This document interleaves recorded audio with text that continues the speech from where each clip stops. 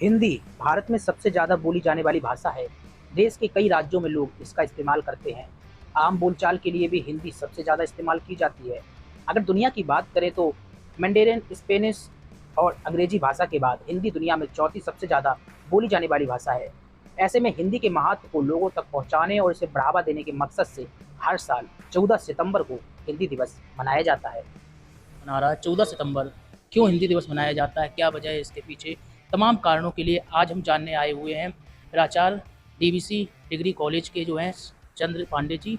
उनसे मुलाकात कराते हैं हम और जानेंगे राष्ट्रीय हिंदी दिवस का महत्व क्या है, क्यों मनाया जाता है, क्या वजह, और भी तमाम सवाल पूछेंगे। एक तरफ मोदी सरकार जो हिंदी को बढ़ावा दे रही है, डॉक्टरी लाइन में भी डॉक्टर बहुत सारे ऐसे हैं जो हिंदी में ही लिख रहे हैं, प्रिस्क्रिप्शन वगैरह हिंदी में दे रहे हैं। तो स्वागत करते हैं सबसे पहले। सर स्वागत है। धन्यवाद। सर नाम क्या है? मैं प्रोफेसर राजेश चंद्र पांडे, प्राचार्य दयानंद वैदिक कॉलेज उरई। सर हिंदी दिवस मनाया जा रहा है, उस पर आप क्या कहना चाहें, कब से इसकी शुरुआत हुई है और क्या महत्व है इसका? देखिए, इसको राष्ट्रीय हिंदी दिवस की जगह हिंदी दिवस कहना ज़्यादा उचित है।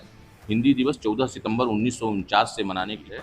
भारतीय संविधान में हिंदी को संवैधानिक मान्यता प्रदान करने के लिए, राजभाषा की मान्यता प्रदान करने के लिए 14 सितंबर 1949 में हिंदी को संवैधानिक भाषा के रूप में रखने की वकालत की गई।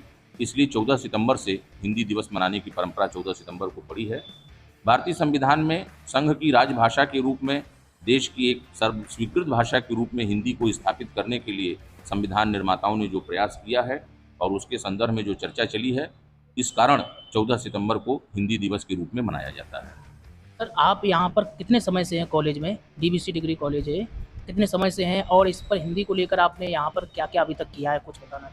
मैं विगत 22 वर्षों से इस महाविद्यालय में एक शिक्षक के रूप में कार्यरत रहा हूं और अब प्राचार्य के दायित्व का निर्वहन कर रहा हूं। हिंदी भाषा को लेकर के बुंदेलखंड जैसे पिछड़े क्षेत्र में बहुत काम हुए हैं और मैंने स्वयं शोधधारा नाम से एक शोध जर्नल प्रकाशित किया है, जो विशुद्ध रूप से हिंदी भाषा में प्रकाशित होता है, जो यूजीसी का केयर लिस्टेड जर्नल है और भारत का एक बहुत स्थापित और प्रचलित शोध जर्नल है। मैं स्वयं उसका संपादक हूँ विगत 17 वर्षों से। और हिंदी भाषा को लेकर के हमारे यहाँ एक बहुत महत्वपूर्ण काम लगभग 8 से 10 वर्ष पूर्व हिंदी की विभाग प्रभारी डॉक्टर नीलम मुकेश जी ने किया था, जब उन्होंने जो पोस्टमार्टम रिपोर्ट आती थी उसको हिंदी में प्रकाशित कराने के लिए न्यायालयों में एप्लीकेशन दिया था और लगभग 2014-15 से वह रिपोर्ट हिंदी भाषा में प्रकाशित करने के लिए आदेश जारी हुआ था।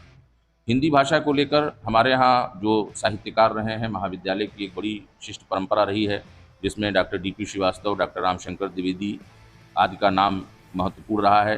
डॉक्टर नीलम मुकेश जी हिंदी में रही हैं, जिनके कई गज़ल संग्रह प्रकाशित हैं। महाविद्यालय का हिंदी विभाग हिंदी को लेकर के अब तक 3 राष्ट्रीय शोध संगोष्ठी भी करवा चुका है, जिसमें देश और विदेश के जाने माने विद्वानों ने अपनी सहभागिता सुनिश्चित की है। तो हिंदी को लेकर बुंदेलखंड क्षेत्र में बहुत काम हुआ है और कार्य अनवरत हो भी रहा है। अच्छा सर, इस एक जानकारी और चाहूँगा, जिस तरीके से इंग्लिश को बढ़ावा लोग देते हैं कि कहते हैं इंग्लिश वालों को ज़्यादा तवज्जो दिया जाता है किसी भी सेक्टर में, कॉलेज वगैरह आप प्राचार्य हैं, तो क्या सोचते हैं कि इंग्लिश को तवज्जो ज़्यादा मिलना चाहिए या फिर भारतीय हिंदी भाषी भाषा को मिलना चाहिए? देखिए, मातृभाषा के रूप में हिंदी भाषा का महत्व था, है और रहेगा, समूचे देश में ही नहीं विश्व में भी। अभी केंद्र सरकार ने जो है कहा है कि कुछ आपने देखा होगा यूपी में एक जगह पर डॉक्टर प्रिस्क्रिप्शन जो है हिंदी में लिख रहे हैं, तो ये कहाँ तक सही है? ये पूर्णतः सही है और राष्ट्रीय शिक्षा नीति 2020 के जिस मूल स्वरूप को निर्धारित किया गया है, उस मूल स्वरूप में ही मातृभाषा में अपनी शिक्षा को, अपने विषय को स्थापित करने की बात की गई है। और अब यह निर्धारित कर दिया गया है कि सभी कंपनियां, सभी फर्म अपने उत्पादों को भी हिंदी भाषा में भी लिखेंगी और डॉक्टर्स अगर इस तरह का प्रयास कर रहे हैं तो ये बहुत स्वागत योग्य प्रयास है और भविष्य इसका सुरक्षित है। अच्छा, जिस तरीके से हिंदी को राजभाषा कहती है, राष्ट्रभाषा?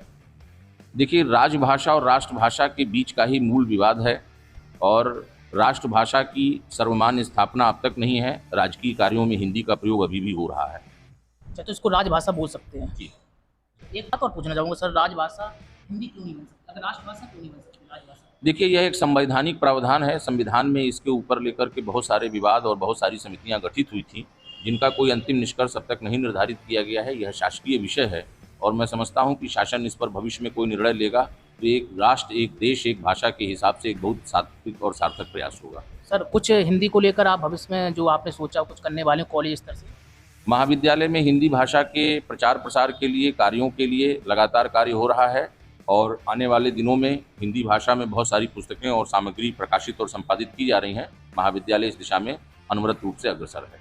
ये हमारे साथ पांडे जी जो डीवीसी डिग्री कॉलेज में प्राचार्य हैं, इनसे हमने जानने की कोशिश की कि हिंदी किस तरीके से राजभाषा है, राष्ट्रीय भाषा, तमाम प्रकार के सवाल थे। इसी के साथ ही हमने ये जानने की कोशिश की कि कॉलेज स्तर से इन्होंने क्या प्रयास किए और भविष्य में क्या इनकी सोच है। तो हमारे साथ बने रहिए। आप देख रहे थे जेएमएच न्यूज़ चैनल। नए हैं तो सब्सक्राइब करना मत भूलिए, लाइक और शेयर करना मत भूलिए। नमस्कार।